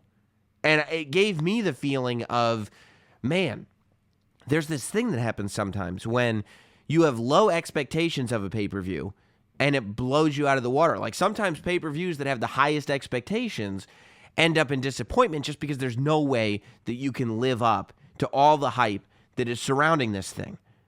But the same thing works in reverse when you're like, this isn't going to be that big of a deal. And then it ends up being awesome, right? I think like Great Balls of Fire, for instance. Everybody was so low on that pay-per-view, mainly because of the name. People just heard the name and they were like, this is going to be a dumb show. And then Samoa Joe versus Brock Lesnar was one of Brock Lesnar's best matches. And Samoa Joe's best matches. Another match where both guys looked better coming out of it, regardless of who won and who lost. So, coming off of The Miz and Seth Rollins, I thought that Backlash was going to be that. I thought that Backlash was going to be a show that had only gotten 6 days of hype because of Greatest Royal Rumble, and that we were going to be like, oh my God, this thing just snuck up on us, and it was a great show. And unfortunately, it really wasn't. You know, you had one great match. Alexa Bliss versus Nia was not a bad match. You know, I thought that the Nia Jax promo at the end of it, Nia Jax, as a good guy, should be telling that story. Should be telling the story of not getting bullied and standing up for yourself and everything. It was just so on the nose and heavy-handed that it left us going like, yeah, I know. And it was like, it was every, the promo at the end of it was like the message of all the after-school specials. It was like you took an after-school special, and instead of taking the best one and saying that's the lesson that Nia Jax is going to teach us at the end of this match, you took the lessons from the whole season of shows and used all the lessons and just put them into a promo. And the crowd reacted. Now, the crowd, they were a funny crowd. You know, they did have a night after WrestleMania vibe to them in New Jersey. Probably not the best crowd for that show, but it is very rare that you will find me blaming the crowd for stuff. I said at WrestleMania, I didn't like the way the crowd responded to Brock Lesnar and Roman Reigns, and I think the fact that they were responding to a reaction, they were responding to what they thought was going to happen in that match. And when it didn't happen, they were kind of shocked. And the way they had been talking about the match, the way they had been, taking a dump on the match the whole time kind of changed. It was just like, whoa, I didn't see that coming. And it's like, if you had just waited to take a dump on the match until after the match, if you were so worried about something predictable happening that you didn't want to give it a chance, and then the predictable thing happened, then it's like, okay, we can be pissed. But if you're pissed before it happens, it's not really fair, especially when, in some cases, like at WrestleMania with Roman and Brock, it didn't happen. So, that crowd to me was a little like, okay, guys, I get that it's late. I get that the show's been going on a long time. I get that you don't want to see Roman Reigns in the main event, but let's wait and see what's going to happen with Roman and Brock, because if I told you Brock wasn't leaving and he might win this thing, the response would probably be different. You probably wouldn't be chanting, "We want Nicholas" and "Beach Ball" and all that stuff. So I didn't think there was anything wrong with this crowd, though. I didn't have any qualms at all with the crowd in New Jersey whatsoever. They were booing Nia Jax. I like to boo the bad guys and cheer the good guys, but it is what it is, and that's one of those things that as a performer, you have to be ready to cope with that and either get yourself out of it or lean towards it or do whatever it is that you have to do. A bunch of the other matches were just, they were what they were. I found the Elias segment to be entertaining, and maybe that's in comparison with what was going on the rest of the show, but I found the Elias segment entertaining. I didn't even mind Bobby Roode twerking. Some people were like, that he shouldn't be twerking. Look, I still think Bobby Roode should be a bad guy. I think that he's better served being a villain than he is twerking. But, No Way Jose and New Day and the rosters colliding and Elias can't sing a song and doing the whole thing, I really didn't have an issue with it. To me, it was the second best segment of the night. And that may be controversial, but I thought the first best segment was the match, Miz versus Rollins. The second best was the Elias segment. A lot of controversy popped up when Nakamura and AJ Styles went on in the middle of the show. And clearly, that match did not headline that show because of what the finish was. And for those people that are not dissatisfied by the finish, because there were some, I read everything, and there was a group of the fans that thought that the people complaining about the double nut kick finish of that match were wrong, because big deal, we're going to get another AJ Styles Nakamura match. This is just part of the story. This is the way it works. Here's the issue with that. I think AJ Styles versus Nakamura should have ended the show. It's the WWE Championship match. I think Nakamura should have won the WWE Championship. If all you're doing is trying to extend the story, Nakamura winning the championship would have also taken you to another Nakamura AJ Styles match. The same thing was happening when Randy Orton and Jinder Mahal headlined 3 pay-per-views in a row. And by the end of it, people were tired of it, because every time Jinder won by cheating. Jinder won by cheating. Jinder won by cheating. It made it so the third match people weren't excited about, and it tarnished the championship reign of Jinder Mahal. It's one of the things that led to people questioning Jinder Mahal as champion, which is a shame, because I think that that's an opportunity that it was great to see Jinder get, and I think Jinder is a great traditional bad guy, and Jinder can be a great traditional bad guy champion. But When you just keep getting teased, when there's no real fulfillment, that's when it becomes an issue. And if we look at AJ Styles versus Nakamura, okay, let's start in January. From January until the beginning of April. So let's call it 2 months and change. All of February, all of March, a little bit of January, a little bit of April. 2 months and change. We're getting hyped up for this match. And those of us who weren't aware, like I was very well aware of the history of AJ and Nakamura. But to the people that weren't aware, it was clear that this was a dream match. This was a match that even going back to last year's Money in the Bank, when AJ Styles and Nakamura had that stare down, that's the match that people want to see. For 2 months and change, it was reminded to us that this was a dream match on and off WWE TV. The buzz around this was we never thought that these two guys would be in a ring, let alone at WrestleMania, let alone for the WWE Championship. And when I say in a ring, I mean in this circumstance. A WWE ring, WrestleMania, WWE Championship match, AJ Styles versus Nakamura. It's the things that dreams are made of. The match was good, not great. It was an okay match. It was decent, right? It wasn't a bad match by any stretch. But after all this buildup, it goes back to the question of hype. And how hyped up was this match versus what happened in it. Now, something very important is that it was okay. This match did not feel like the match, right? This match was not Hogan Warrior, right? Not in the sense that Hogan Warrior is this great technical match, but Hogan Warrior tells this great story. Hogan Warrior is a quintessential match. You're not looking for another Hogan Warrior match to really tell the story you were looking for. That is the quintessential match. That's generally what you want at a WrestleMania.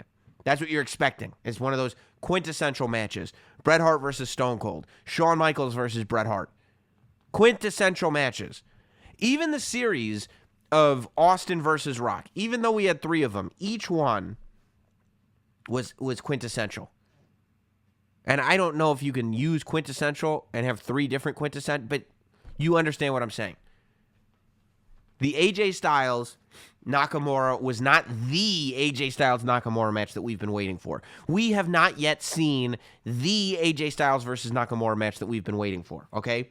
Now, it's okay that didn't happen at WrestleMania, because the real story at WrestleMania was Shinsuke Nakamura turns heel. And if you had Shinsuke Nakamura give the performance of his life and then turn heel, odds are you'd still be cheering him because you'd be so excited about the amazing performance that he just gave. It was crucial that in that match, that was not the match of a lifetime, because this match is simply there to turn Nakamura into a bad guy so that we can have more AJ Styles Nakamura matches. And if you already have the match of a lifetime your first time out, every other time is gravy. Like, there was a Hogan Rock rematch, but the match is Hogan Rock WrestleMania. That's the match between those two guys. So we specifically didn't want to see AJ and Nakamura and have the match at WrestleMania. And that's fine, because we still left talking about it, because we left talking about the fact that Nakamura turned heel. Important, yes. 3 weeks later, they meet again at the Greatest Royal Rumble. It's a double count-out finish. A week after that, they meet again at Backlash in a no DQ match, and it ends in a draw because they kicked each other in the nuts. Now, people were saying it's a no DQ match. The guys weren't disqualified. It ended in a draw because they couldn't meet the 10 count. Still follows the rules completely. There's nothing wrong with the logic of the rules. In a no DQ match, if you can't answer the 10 count, you lose the match, right? This isn't an outside the ring 10 count. If you're knocked out, you can still lose. You can lose via sleeper hold in a no DQ match, right? Because you're knocked out. You're out. So I didn't have a problem with the fact that, because some people did. They said this is a no DQ match. I didn't have a problem with the fact that it's a no DQ match and it upsets those rules or anything like that. But I did have an issue with the fact that this is now the 3rd AJ Nakamura match in a very short period of time that has left us not fulfilled. And it's one thing to give us the one match. And I'm not even saying that the last one, the one that we saw, had to do it. You know what I mean? I'm not saying that we just needed a finish, right? I'm not expecting the end-all, be-all AJ Nakamura match to happen at Backlash. But I am expecting to be given something that is going to make me clamor to have this match again. And 2 non-finishes and a match that's more about what happened after the match doesn't make me clamor to watch the 4th one. That's a lot to ask of somebody. Clearly, we're leading there. That we're going to have a 4th AJ Styles Nakamura pay-per-view WWE Championship match. And at a time when you don't have the Universal Championship, those WWE Championship matches on those pay-per-views should be as important as it gets. So I just wish that we had something. The storyline wasn't furthered. It was just, it continued. Does that make sense? We didn't push forward. We remained exactly where we were. Before Backlash and after Backlash, we're in the same place. Whereas if Nakamura had won the championship, it would be another chapter. It's like if you're reading a book and you're on chapter 3 and you get to chapter 4 and you haven't learned anything new since chapter 2. You go, what am I doing here? That's why I think each of these chapters should have something to it. I didn't mind it at the Greatest Royal Rumble because the Greatest Royal Rumble was what it was. But now we're back to Backlash. So that was my take on the AJ Nakamura match. I think that match needed a finish, and I think that it needed to finish the show to add credibility to the championship, to showcase these 2 men as main eventers, and to make it so we want to keep seeing shows that these 2 main event. Now, hopefully that will be, the rematch will happen at Money in the Bank, and that will headline the show, and we'll get something. And I also think Nakamura should win the championship now. Nakamura can hold it for 3 months and have AJ win it back at SummerSlam or before. We've got time. But why not have Nakamura hold that title in the meantime? Why not? That's your chapter movement. So that's the way I thought about that match. I did catch some flack. It was really interesting because I posted something that said on Twitter that said I would, about how I was not in support of AJ and Nakamura not going on last. And people were like, whoa, Sam, I thought you were a company guy. What are you doing? Blah, blah, blah. And it's like, come on, guys, what are we doing? But right before that, and there's always something. I always like something on a show, and I tweet my support of it, and that's the thing. I never know exactly what it is, but that's the thing that gets all the, oh, you're being paid to say that. Oh, you're a company guy. Oh, you're a shill. And I never know what it's going to be. And at this show, it was tweeting support for the Carmella-Charlotte match. I like what Carmella's doing. I think that she has a better handle on her character than a lot of people. She is one of the best people to have a handle on their character on the whole roster. And I think that is a very valuable skill. And I think too often now you see people, guys and girls, that really don't. Like, the minute Carmella walks onto the stage, you know who she is. And that character does not break until she's back through the curtain. The entire time she's out there in front of you, you know exactly who she is. And to me, that goes a long way. And maybe because I appreciate the character so much, it starts to mask stuff that you guys see in the match that you might not like in terms of, moves and work rate and this and that. Because I didn't even notice. People were complaining about Carmella and headlocks and rest holds and stuff like that. It really didn't bother me. Some people thought she was annoying with the trash talking. I liked all the trash talking. I like what Carmella's doing. She's supposed to be getting booed. She's a bad guy. To me, it doesn't seem like bad heat. It seems like, bad guy heat. It seems like she's doing exactly what she's supposed to be doing and is actually one of the few women on the roster that's a real bad guy, that's really a villain. She's like Baron Corbin. Baron Corbin is a real bad guy. Not a bad guy that we love to hate, but we're secretly cheering. Like Alexa Bliss, I love Alexa Bliss. She is one of the top 3, if not top 2, probably top 3. I would say the top 3 women on the roster right now are Asuka, Charlotte, Alexa Bliss, in no particular order. Depending on what day, I'll pick amongst those 3. I love Alexa Bliss. But because she is so good, we're not really booing her. We love Alexa Bliss.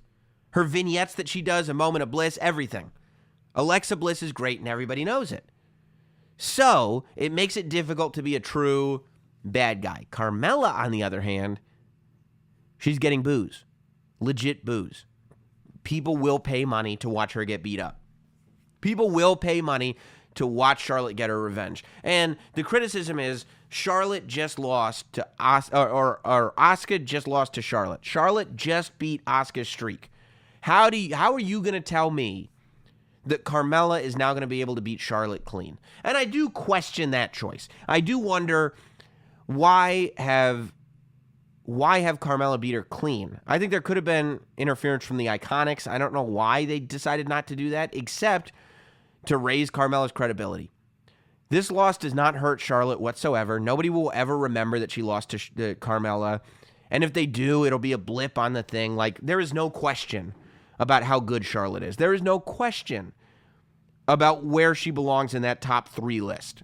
Like, she is on a different level than almost every woman on the roster, right? Charlotte is as close to a female John Cena as there is on the WWE roster.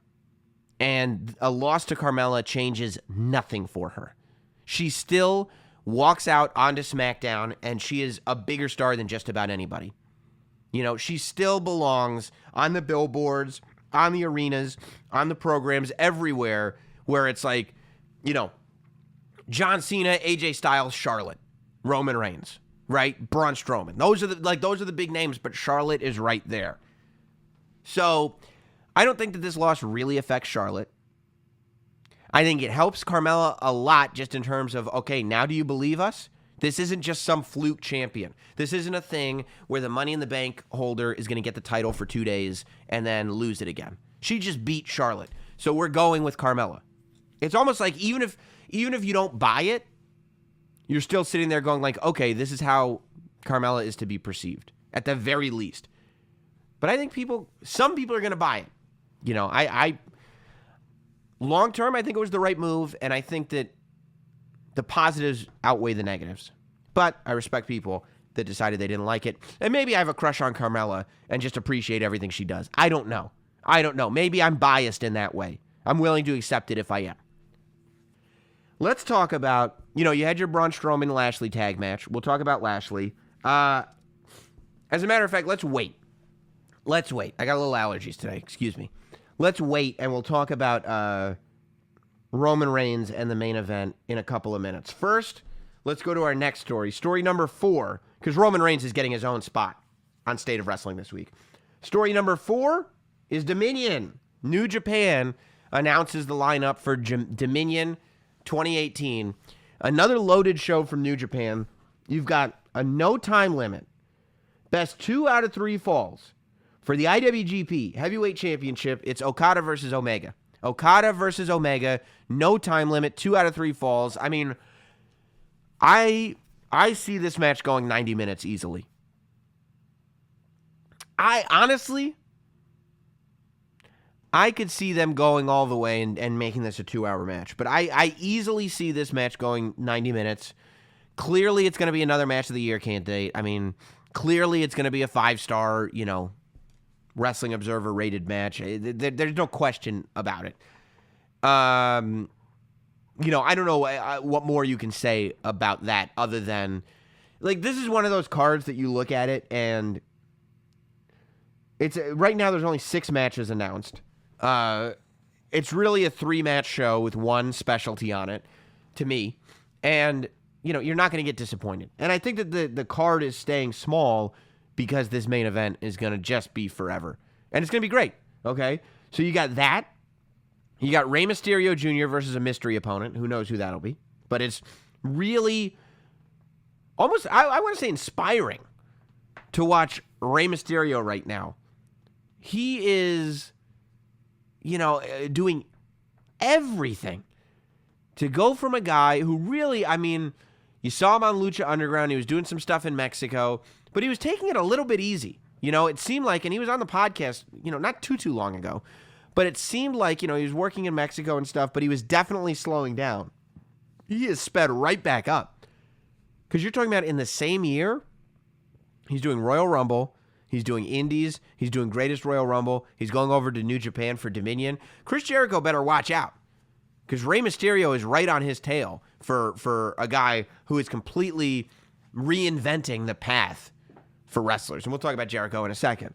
But Rey Mysterio versus a mystery opponent. Of course, you got Evil and Sonata versus the Young Bucks. I don't see how you can go wrong with that. And this is the big one for me. For me, this match is bigger than the no time limit 2 out of 3 falls match. And that's Naito versus Chris Jericho. And I think Chris Jericho was up to his old tricks. Because a couple of weeks ago, Jericho said something about, sometimes you think certain things are going to work out one way and they don't. I just love that Jericho is the only person left that still kayfabes. Jericho is the only person left that will take you on a story, that will surprise you. Because he made you think that he was done. And all the wrestling news sites were reporting Jericho done. And Jericho's just got to get a kick out of the fact that after all these years, people still buy into it. After all these years, people will still report on it. He'll say it. Nobody will speculate on it. They'll just be like, yeah, that's what Jericho said. It's got to be true. No, it doesn't. He's working. But he popped up last week wearing the mask, beat up Naito, had the lipstick and the eyeshadow on under the mask. He's already got his new Los Ingobernables Jericho list parody shirt, which is awesome. Just the idea of, you saw that Alpha Club shirt everywhere. The blue and black Alpha Jericho shirt that was in Hot Topic. It ended up being everywhere. And this show's on June 9th, I want to say. I think it's June 9th. So you got about a month, just a hair under a month, to promote this show and sell that t-shirt. And I think it's going to be another one of those shirts that ends up everywhere. I kind of want to get one, just because I like Naito and the faction so much. I'll probably end up getting one, to tell you the truth. But I think that this is going to be... I love this match even more than Omega versus Jericho, just because I'm such a fan of Naito. And I think that Jericho and Naito are going to be able to do some really fun stuff together. It's going to be more than just like a great match, which Jericho Omega was. I think Jericho Naito is going to be a lot more about storytelling and a lot more about doing cool stuff in the match. So I'm very, very excited about seeing that. And, I'll definitely end up watching it. Hopefully I'll end up finding a way to watch it live. Maybe I'll sign up to New Japan World or something like that. But it's going to be a great show. It's going to be a really, really fun show. And you see those Young Bucks Funko Pops that are coming out? Unbelievable. WWE has had this deal with Funko forever, and all of a sudden, separate from WWE, Funko is coming out with New Japan Pops that are the Young Bucks. I promise you they'll be on the desk. Funko, somebody hit up Funko and let them know that they've got a supporter in the last professional broadcaster, Sam Roberts, because I want Young Bucks Pops sitting on the desk right next to AJ, Sasha, and Nakamura. The Young Bucks right in front of them. I'm very excited. I love merch, though. I love merch. Moving on to story number 3. Speaking of reinventing things and guys being all over the place, how about TNA footage on the WWE Network for the first time and a Global Wrestling Network plug, GWN plug, at the end of Table for 3. So they did a Table for 3 with Shane, AJ, and Kurt Angle.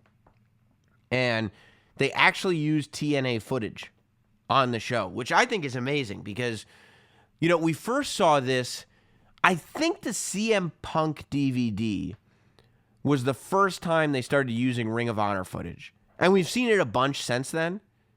But that was the first time. It's remarkable. And I don't think people appreciate it enough because now we're used to seeing WCW footage. We're used to seeing all this footage because WWE Network owns everything. ECW footage, all that stuff. But back in the day, when Jericho would show up in WWE, you wouldn't see his WCW and his ECW footage. He'd be completely reinvented. His history started on August, I think, 9th, 1999. In August of 1999, the history of Chris Jericho started as far as WWE fans were concerned. You never acknowledged anyone else. We're now in this time where not only is WWE taking ownership over the history, not just of WWE, but of all of wrestling and trying to buy up all the footage so that they can share it with us and tell the stories properly, but they're going so far as to take organizations that in the past would have been looked at as competitive, like TNA and like Ring of Honor, and showing us the footage. I think that is so forward-thinking and cool. It's a little thing, and it just pops up, not a big deal made out of it, but just seeing it is like, that really tells you that the company's moving, that the company is moving forward, that these things, I mean, that is a forever thing. This idea that they would never show Impact Wrestling footage. I could have told you a year ago, it will never happen. Until WWE buys out that tape library, it will never happen. And I don't think that would have been a controversial statement. I don't even think it would be a hot take. I don't think you guys would disagree with me if I said that, but here we are watching it, and it's pretty mind-blowing. Especially because even this week on Raw, look at what they did when they talked about Lashley's career. Look at what they've done when they've talked about AJ Styles, Samoa Joe, Kurt Angle, the Dudley Boys. It's just an 8-year hiatus where they wrestle all around the world. They'll even bring up New Japan, but never TNA. This is the beginning. It's just the beginning. And it's sort of crept in over the years, you know, and it's through like Rob Schamberger, for instance. The watercolor painting guy who's just like this super, super talented guy. I talked to him about this. Like, and this was like a couple years ago. This is a guy who was doing that independently. He was just painting these great works of art of these WWE superstars. And WWE ends up saying, go, just do your thing. Let us sell your paintings. Let us turn them into t-shirts. Why don't you come to our shows and paint at our shows? Like, you know what I mean? And we don't have to own anything. Just do your thing. We just want you to be there, you know, and we want to help support you because you're supporting us. And it's just like this idea of a company like that acknowledging the synergy, bringing Peter Rosenberg and me and Pat McAfee onto the WWE and NXT kickoff shows, knowing that the company doesn't own the things that we say, knowing that we're going to go out and I'm going to be able to do this wrestling podcast where I talk about whatever I want, and I'm going to be able to jump on SiriusXM in the morning and talk about what I want. But it's an outside perspective, and they're including it on the inside. And I just think that that's so cool. Across the board, and I have from the beginning. Bruce Pritchard and Conrad doing something to wrestle on the network, something else to wrestle on the network. Just a huge step forward for everybody involved. And you can't, if you're going to create a global brand like WWE, and you want it to be like Disney, right? You want WWE to be like Disney, you can't just have one person creating all the content. Look at Disney. It's not just one guy. It's not just Walt going around and creating all the content. Marvel is theirs. This is theirs. ESPN is theirs. ABC is theirs. You know, they're a far-reaching company where a whole bunch of different people are creating stuff, things, content. And that's what WWE is starting to get to. And it's a really cool thing to watch evolve. Story number 2, speaking of Bobby Lashley, that Lashley interview. Look, all I could think about watching Lashley on Raw this week was, if you want a Lashley interview that's going to get the fans on his side, even though I put my name on the wrestling podcast, I put my name on everything. It's not about putting myself over. This wrestling podcast is about talking to you guys about what's going on in this world of wrestling. But sometimes I got to put myself over. And if you wanted an interview that's going to get fans excited about Lashley and is going to prove to people who he is and get people to be on his side, just listen to the podcast I did with him. Go on my YouTube channel and watch my Lashley interview. We didn't even really talk about TNA. We talked about his WWE career pretty much the whole time. And I don't see how anybody could watch my interview with Lashley and not support this guy. Like, me getting to know him a little bit, when I interviewed him and talked to him after and stuff like that. That's really what got me excited about him being back in WWE. That's really what made me want him to come back. I'm happy he loves his sisters. I don't know why he had to say it so many times. Also, they said that was an unfiltered interview with Rene Young. Rene asked 2 questions. And Bobby just started talking about his family and his sisters. I didn't get it. Hopefully, we're going to keep... So, it was almost like the vignettes that ran before Kurt Angle debuted, where they were so over the top and cheesy that it was like, ugh, I got to boo this guy. And that was the intention. And then we get people to boo Kurt Angle, and he comes out and he goes, you can't boo an Olympic gold hero, Olympic medalist? You can't boo an Olympic hero? It'd be great if that's what they were doing with Lashley, because then it's like, I have renewed all faith in WWE, in brilliant storytelling. But if they're actually trying to garner sympathy and just show everybody what a good guy Lashley is, no. Just watch my interview with him. We actually talk about wrestling. You know, like, we actually talk about WWE and all this stuff, and why somebody should support that guy, because I think he should be supported. I love the idea of Lashley turning heel and being an opponent for Braun Strowman. While we're figuring out what the hell is going on with the Universal title, Bobby Lashley versus Braun Strowman is a great match for SummerSlam. And maybe that's where they're going. Maybe it's a slow transition where Bobby Lashley gets resentful of the fans. I think that'd be great. Certainly, to me, it's the only way out of this here interview. Let's move to story number 1. The number 1 story of the week is, once again, the Roman Reigns problem. What do you do with Roman Reigns? So, it's not new that Roman Reigns is getting booed, right? That's not a new thing. But we have reached an impasse here where Roman is getting booed. It's a different type of boo now than ever before. It's worse than it's ever been.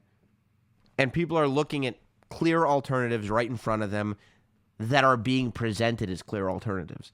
It's not a matter of people looking at Daniel Bryan and pushing this thing through. It's a matter of people looking at Braun Strowman and going like, why isn't he the guy? Seems like he's Vince's guy and our guy. Yep, he should be the guy. Why isn't AJ Styles the guy? He's popular with adults and kids, men and women. Why isn't he the guy? You know, like there are clear alternatives that work on every level. Now, especially with the Braun Strowman thing in the mix. Especially since you watch Raw and you watch for 1 minute and you can see that clearly the machine is behind Braun Strowman. So, the question is, Roman is coming out every week and making excuses as to why he's losing. You know, we know he's going to get booed at WrestleMania. He gets booed worse than anybody thought, I think. Even after the blood, nobody cared. Everybody was just booing him. You're like, okay, well, he's going over to Saudi Arabia where they'll cheer him because they're just happy to see a big star like Roman Reigns. They don't cheer him. Roman Reigns got booed in Saudi. Okay. Well, now he's got this weird match with Samoa Joe. He's lost to Brock Lesnar twice. Both times he's come out making excuses.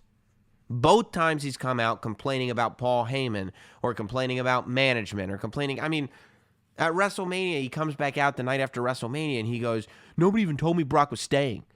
What difference would that possibly make if wrestling's real? What difference would it make? He didn't cheat to win. He won fair and square. You know, he F5'd you 6 times.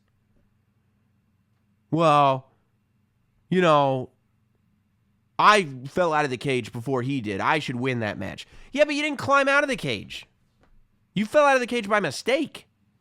Like, Roman didn't spear Brock Lesnar out of the cage. Roman speared Brock Lesnar and the cage broke. You know?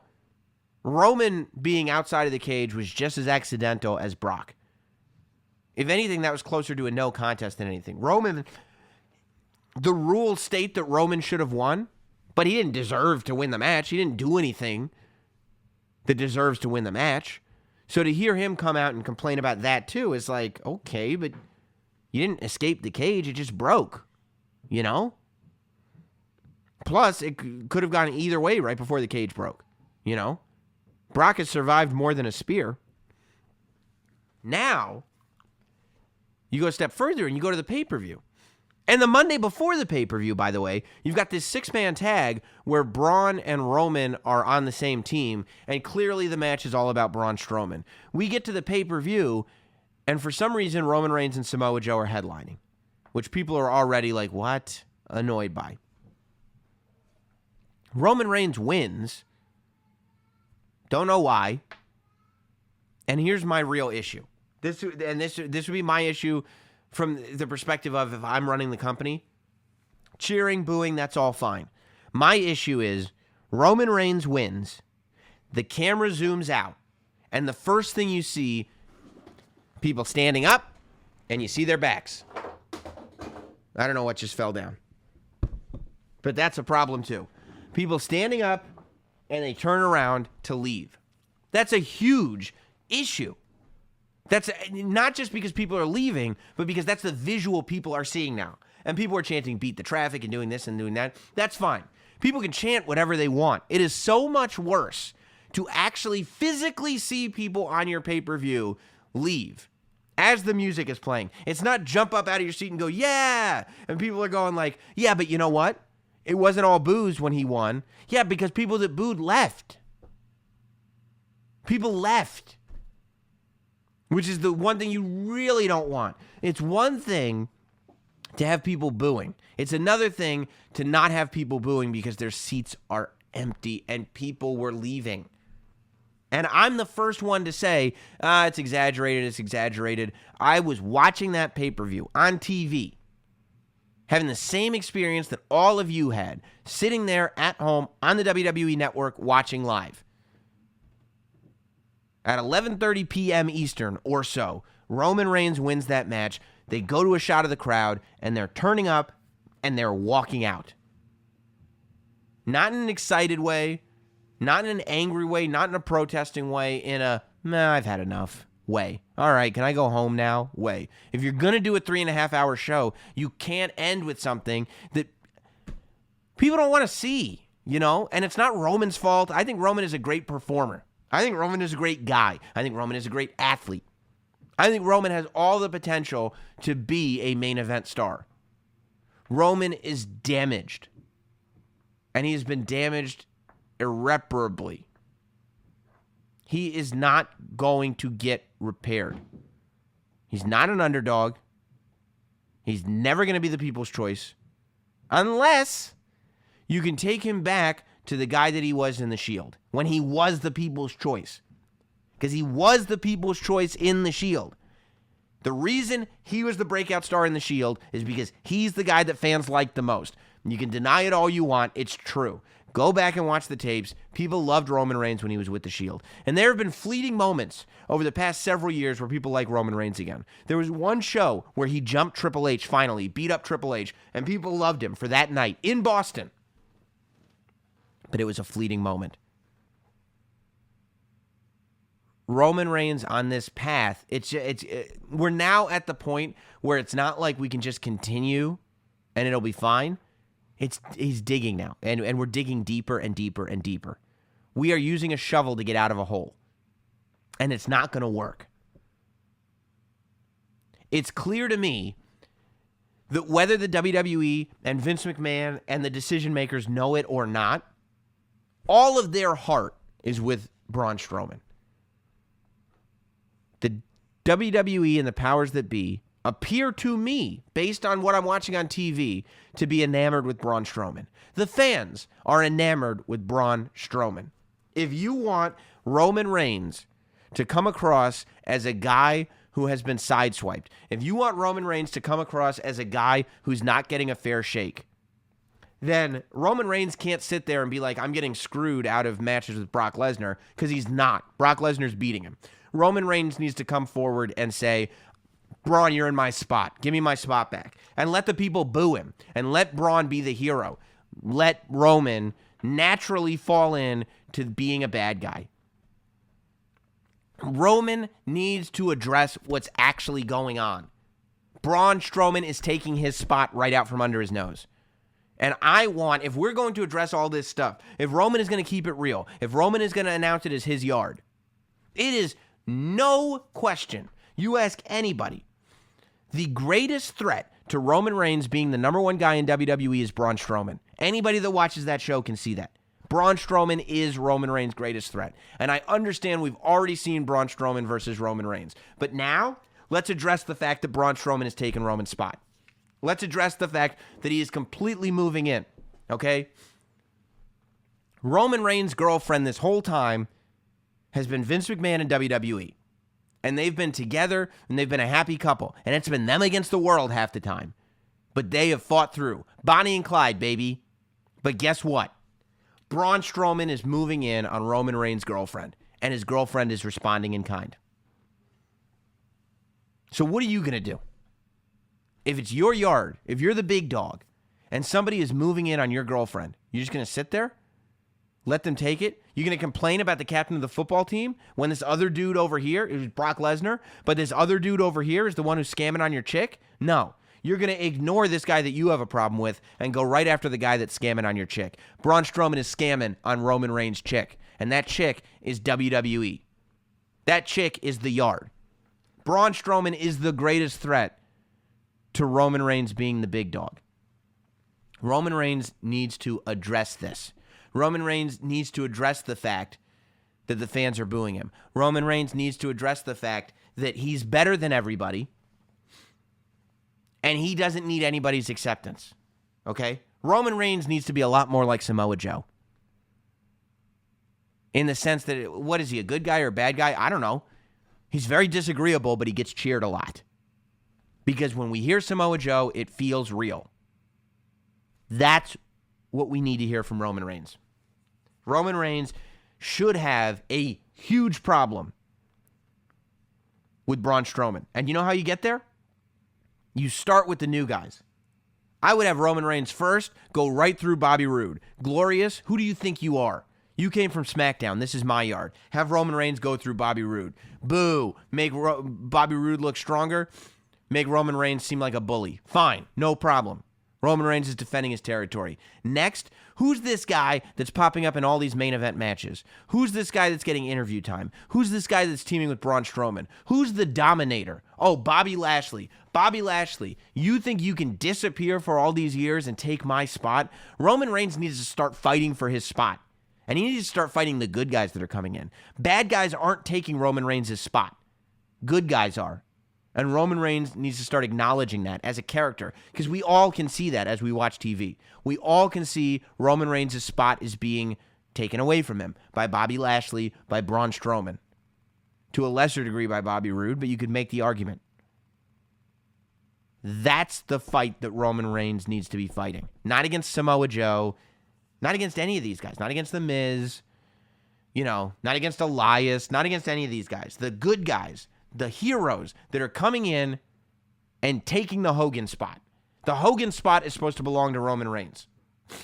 And Braun's taking it.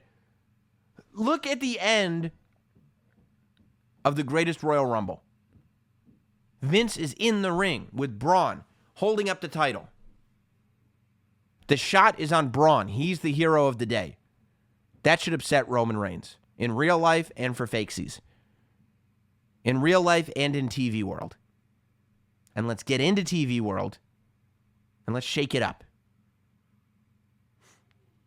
That's what I want to see from Roman Reigns. Guys, I appreciate you being a part of another State of Wrestling show, and we will see you next week here on Sam Roberts Wrestling Podcast. Goodbye, everybody.